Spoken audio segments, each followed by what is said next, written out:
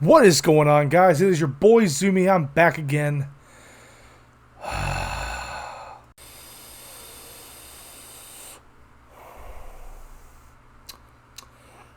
Say, how many of you guys are fans of RoboCop? For the better part of almost 40 years, RoboCop's been a staple movie in my library. The original movie by Paul or Van Hoven. Van Hoven, let's just call him Van Hoven. From 1987 was one of the best fucking sci-fi action movies you can ever ask to see. The first R-rated movie for your boy to ever watch. With permission. I was 5. Of course, through the franchise there has been sequels. The second one, not bad. Not as good as the first, but not bad. Good to watch over and over again. The third one, campy as all hell, PG-13, and there's a little girl involved. Why? Then you have the TV series, which is, in all honesty, isn't bad, just really, like, it's not bad, but you can literally put it in the background and you won't have to worry about anything because you can just listen to it. It's not terrible, but I wouldn't recommend it if you are really not a fan. But hey.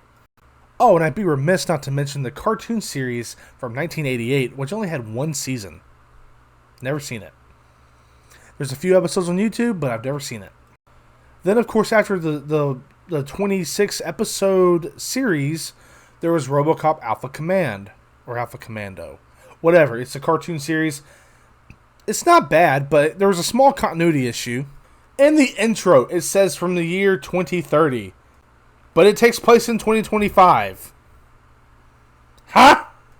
All in all, it's a good series to watch if you want to see RoboCop actually, crack jokes and, be a fucking sexist prick. But hey, it's all good and fun. It was 1998. Who gave a fuck, right? Then something happened.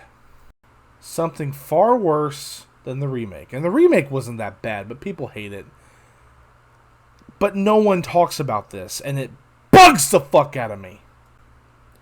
I'm talking about the illustrious, the fantastic, the forbasive, the luscious 4-part miniseries known as RoboCop Prime Directives, directed by Julian Grant. We'll talk about that cooking after this review, I promise.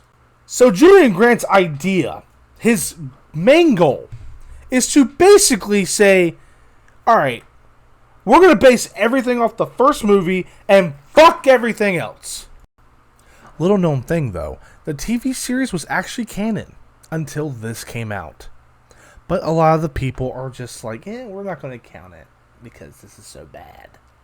It starts off in the near future of 2000. Same year it came out. Ooh. Where we see Alex Murphy, also known as RoboCop, celebrating his 10th anniversary / birthday in a new segment. Because God help if we actually see the RoboCop eat cake. Played none other by Paige Fletcher. Now, I don't have nothing against Paige Fletcher, but he doesn't have a lot of acting credits to his name. He's a musician, though. And by the way, we're going to talk about the suit, too. So, you remember I said that, Julian Grant wanted kind of to just get rid of all the references from the other series and the sequels? Well, slight problem. The S scar from the second movie where Kane fucking drills like an ion beam bullshit or plasma thing, plasma pinchers against his head. That scar's on the fucking helmet. Continuity's my bitch and I don't even listen. Well, there was a call to stop some bombers, aka terrorists, called the Bombs. I know, stupid. Here we see RoboCop pull up to the scene. Oh, there's one little thing I forgot to mention. OCP's going a non-violent direction with their police force. AKA, we have tasers and batons, and that's it. No guns, no ammunition, nothing. But of course your boy RoboCop's got that big-ass fucking gun. Yeah. Just because you have it doesn't mean you should use it. Fuck you.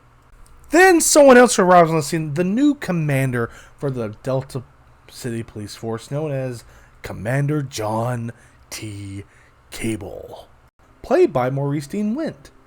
Great actor. Check out his work. Check out his work. It's very good stuff. Campy, but still good. He comes in shaved head with 2 Berettas on his side, and of course the executive's like, hey, you can't use guns. We need to be now. He's like, fuck you, bitch. And one of the best lines from this whole series is, how would you like to wear your asshole as a necklace, Sandra? I'm not even kidding. That is literally in the damn miniseries. It's funny as shit. I actually kind of laughed. By the way, I was 10 years old when this came out, and yes, my mother irresponsibly allowed me to watch all 4 parts. RoboCop goes in to deal with the bombs. Well, of course, they're not doing much good. They're just blowing themselves up. They're literally suicide bombers. That's all they are. It's like they gave a bunch of college kids Monster and said, go blow yourselves up, and they fucking meant it. RoboCop gets knocked on his ass, and another villain shows up. Bone Collector. Corny, I know. It's literally just some old German dude or British guy with a skull mask on with 2 big-ass cannons going. And it's kind of stupid.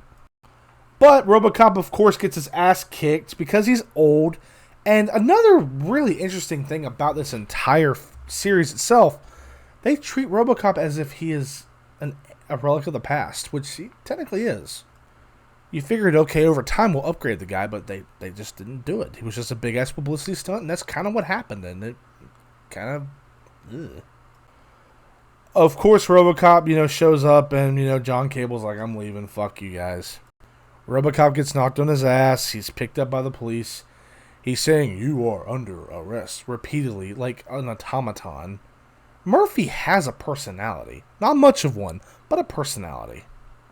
Not in this video, though. No. Of course, we get a cut of basically John Cable in his office. RoboCop shows up. Gets a good look at Bone Collector. Turns out them guns on his hands, OCP product. And, of course, John Cable's playing with a chess set. Now, this is an interesting piece. The chess set is a representation of a confrontable battle, which will actually be part of the ending. Kind of weird. Of course, RoboCop looks at it and is like, oh, move this here, that here. I don't know nothing about chess, I'm sorry. That got Cable's attention. Cable asked RoboCop, hey, be a bro. Let's not talk about this. Let's keep this between you and me. About the OCP weapons. He's like, fuck yeah, I got you, my boy. And then you go see RoboCop's new lair. In the movies, it was always this big, fancy area. Or in the first movie, not really. But in the second and third movies, you can really tell they put more effort behind the set. Okay. The TV series did a better job. That's saying a lot.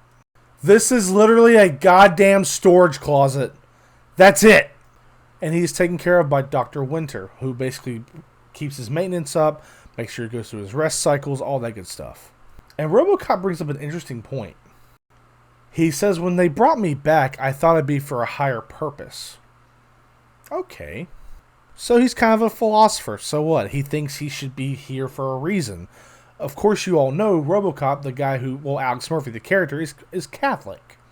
So naturally, his religion will come into play.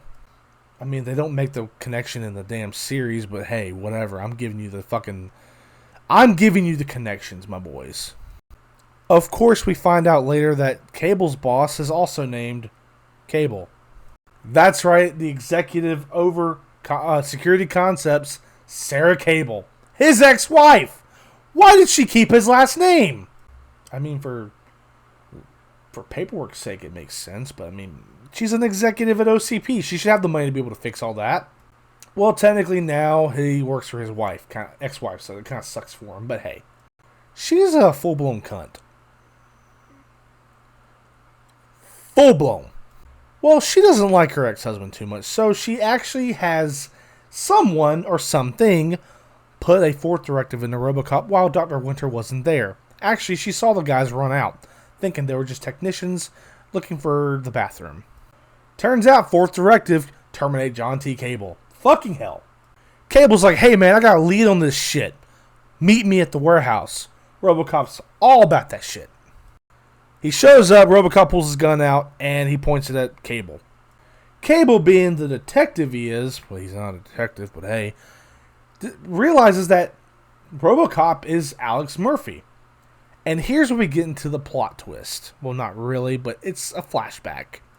Turns out John T. Cable and Alex Murphy were partners at Murphy's old precinct before he transferred over and got slaughtered and got partnered with Lewis.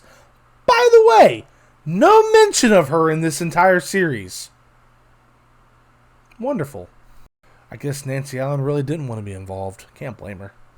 And that is kind of the reason why they killed her off in the third movie. She had no wanting to be in that. Anyway, let's continue. So, of course, Bone Machine shows up. Yay. And holds Cable hostage. And RoboCop's like, and Cable's like, take the shot, motherfucker. What are you prepared to do? A line from when they had an incident with a perpetrator, that was killing kids and feeding them to dogs. I'm not even kidding you. RoboCop shoots through Cable to hit Bone Machine. Well, the bullet didn't go fucking deep enough because it didn't touch Bone Machine. So RoboCop, of course, in his grief, beats the living goddamn fuck out of Bone Machine. I mean, pounds his shit to mush. Fucking nasty shit. You don't see nothing, but you get the picture. With Cable gone, of course, he's got a memorial going. Oh, by the way, they still do propaganda fucking commercials in this show. And another thing, too, they had the Best of RoboCop series they advertised around the beginning of the whole series. You know how I told you that Grant's trying not to use continuity or anything like that? Sure as hell will use the footage from that TV show, though. Uses a lot of it, actually. Fucking cuck. And, of course, Sarah Cable initiates the second RoboCop project. Basically turning her ex-husband, well, dead husband, into RoboCop. Of course, this RoboCop will not only be 10 years newer, more efficient, better targeting, better access to, archives and stuff, information at the drop of a hat, but he's got 2 big-ass guns! The only thing I enjoy about this new RoboCop, he's got 2 guns. Such a simple thing. You gotta find the simplicity in these shitty movies / TV shows in order to get through. The chairman of OCP gets attacked by RoboCop. Turns out it was RoboCable, but hey.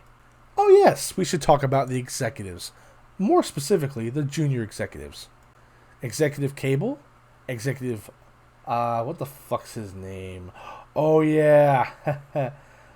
Damian Lowe.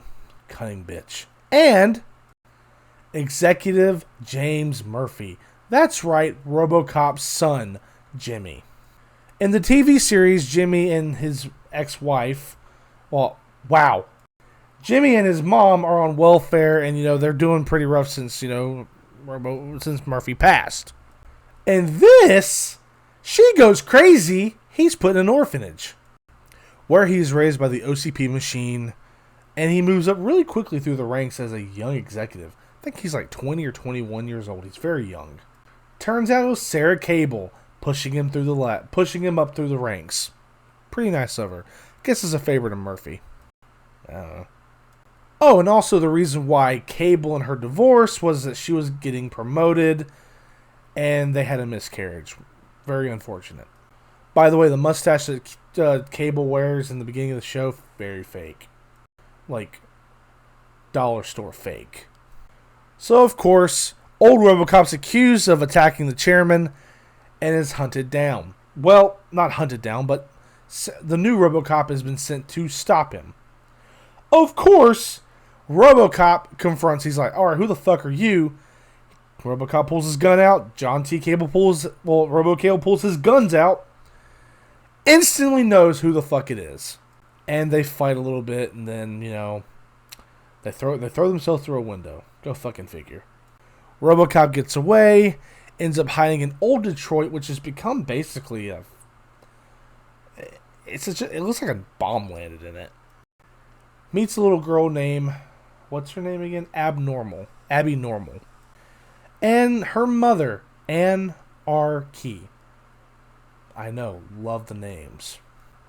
Turns out RoboCop's on the run, and he's just trying to get parts for himself. By the way, before he reveals who he is, he's wearing a big-ass, cloak of a like burlap cloak. Like the face is clearly visible. You know who RoboCop is, but apparently it works. Not a lot goes on for like a few minutes, but then all of a sudden, RoboCop's still on the run, and Cable and a police force squad team or whatever is sent to find and destroy him. Well, RoboCop's doing his damnedest to convince Cable, hey bro, you're my friend. Remember John. Remember John. Also, I want to talk about Peter Fletcher and, and Maurice Went's suits right quick. Peter Fletcher looks like he is not only too short for the RoboCop suit, but also doesn't have enough body mass in the face and in the actual torso to keep the suit on normally. His thing says he's 5'11", but there's no goddamn way. I'd say he's like 5'7", because he's clearly too small for the suit. And on Cable's end, the suit's almost too small for him.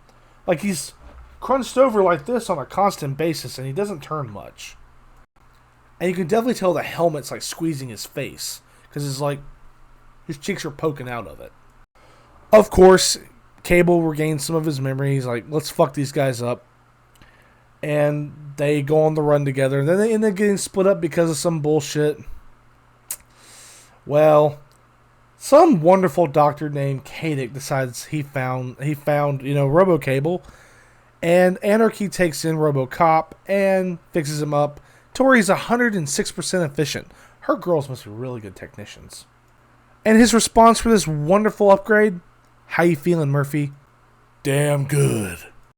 How American is that? Oh wait, this was filmed in Canada. More about that in a minute. Cable is worked on by Kadick, who is this guy who basically helped in building the first RoboCop. Well, it turns out he was a bit extreme, so they kind of just said, nah, bye, get away from us. OCP let him go. Also, little plot point I've missed, but Damien Lowe and his scientist guy, friend, I can't think of his name offhand, I'm not looking it up either, are building an artificial intelligence called Saint. Basically to fully automate Delta City, which, the year 2000, we want full automation. I was promised flying cars. If you remember that commercial, you're an OG, and I love you. Nothing like Captain Sisko telling you about flying cars and IBM. And basically, Kadick works on him, says, hey, we're going to make you good as new. Fucks with his brain a little bit, makes him an automatonic servant to him. Turns out Anarchy and that little girl are mother and daughter. The daughter's called Abby Normal. And we find out that that she has a program built inside of her. The little girl, placed in there by Kadick, her father. Plot twist! So in order to get that virus from her to install into Saint, they have to get her to Saint. He has to get a hold of the girl. He has to get a hold of Abby. Oh, at some point he does, and he initiates the virus into Saint. Saint is ready to go. It's ready to fucking process. Oh! Damien Lowe has the entire board killed off. All the regular executives and the chairwoman are killed. And it's hilarious. Because apparently Saint can not only be a full sentience, but can also straight up add compression to a room, adding atmospheres to it. I don't know how the fuck that's possible without an actual apparatus to make everything. You're analyzing it too deep, dude. Calm down. Anyway, they get to OCP. Well, before they get to OCP, Murphy Jr. shows up with an EMP box. Oh, man. Goes up to RoboCop and looks at him and is like, you're my father, right? Why weren't you there for me? You could have been there. A dad, something. A toaster strudel. And Murphy's like, what fucking life could I have given you as a fucking robot? I mean, it's not like I can play baseball with you, kid. And I kid you not, Fletcher takes off the helmet to look James dead in the eye. And Fletcher's chin piece stays on, so it looks weird as hell. And how Fletcher looks at me it's like this. Look me in the eyes and tell me I'm wrong. And it's the cringiest shit. But James is like, I love you, Dad. Let's go fuck up OCP. So they get in the muscle car they have. I don't know where they got it from. Whatever. Detroit, the Motor City. Also, we abandoned our muscle cars for slacks. They drive in through OCP. They get some shit in. RoboCable and Kadik are already at OCP building, whatever. They're initiating the virus into Saint, and it's working. Then the best battle of all battles happens. Like, this is for the history books, my boys. RoboCop versus RoboCable. You want to watch slow-motion robots beat the shit out of each other? Do you want to see terrible slow-mo animation and terrible CGI? Do you want to see cut frames and jumping and throwing through fucking things and landing in water and laying down for long periods of time? Well, this is a goddamn action scene for you. It is literally the worst goddamn action scene I've ever seen. And I've seen a lot of bad movies. This takes the cake. Of course, they initiate Saint and the virus starts. Well, Anarchy and Kadik are in the room where Saint is actually the main frame of Saint is. And they are literally dissolving. Well, Anarchy is dissolving. This virus digitizes people. Basically, it turns everyone into, those, it's like the Psycho Rangers from In Space. They digitize them into cards. Did anyone watch In Space? Please tell me I'm not the only one. I know I'm not the only one. It's like Captain Powers and the Soldiers of the Future, where the bad guy digitizes people. Kind of like that. Except somehow worse. The effects are so bad. I mean, the plot's shit too, but I mean, the effects, you could have done more with this. Anyway, John Cable comes back to his senses. Hey, Cable's back. He pulls out his probe, that big spike thing that they all have. Apparently, Cable has one too. And there's a little circular piece in the back of RoboCop's head that basically is a massive failsafe. Basically, if you shove the probe in there, it shuts off RoboCop. And that's what it did. And the only way you can stop this virus is to use the EMP box. So Cable grabs the box from James. He's like, I got this, bro. Stay tight. I got you. Goes into the room where Saint is. And this is the literal conversation they have. Do you play chess? It is in my programming, yes. You ever heard of the Cable maneuver? By the way, that's the maneuver that Cable uses against Murphy. Plot relevance. Cable maneuver. Flips the switch, turns the toggle. All machines are shut off. Stopping the virus from spreading and killing people. And basically shutting every bit of electronics down in Delta City. Except RoboCop. Because he was already turned off. Which makes no sense, but hey. But before Cable can go, he sends him a virtual message through green screen. Beautiful. Cable's like, bro, you got a lot of work to do to get shit together. I believe in you. Also, I took the win, bitch. Suck it! And this ends the review of RoboCop Prime Directives. Oh, wait, hold on. There's a small part that I need to talk about. There was like an after-credit scenes, where basically young Murphy becomes the CEO of a new company called Prime Directives Incorporated. Hey, that's kind of clever. Kind of neat. Not really. RoboCop is now referred to as Sergeant Alex Murphy. Hell yeah, America! All things are back to normal. People are helping one another rebuild the city, getting things back together. Truly, a socialist wonderland. This was my review of RoboCop Prime Directives. How does it hold up, and would I recommend it? No! This is a literal blemish on the RoboCop franchise. And that's saying a lot. Julian Grant, literally, only ever directorial credit he's ever had was this miniseries, and he fucked it up. I watched this as a young boy. I hated RoboCop after this. It was so dumb, contrived, full of filler. By the way, 8 hours worth of fucking miniseries. You only really need 3.5 hours. Which, by the way, go on YouTube, type in RoboCop Prime Directive shortened fan shortened fan film. Bam! You just got the entire fucking movie right there. I would never recommend this to anybody. This miniseries makes you appreciate the TV shows, the campiness. It makes you appreciate that shit. Because this is an abomination. I can see why many people haven't reviewed it. And I gave you a Cliff Notes version of the fucking film, too, of the miniseries. Fuck, I keep calling it a film. It's not even worthy of a film. It's a goddamn miniseries that aired on Sci-Fi at 10:30 at night.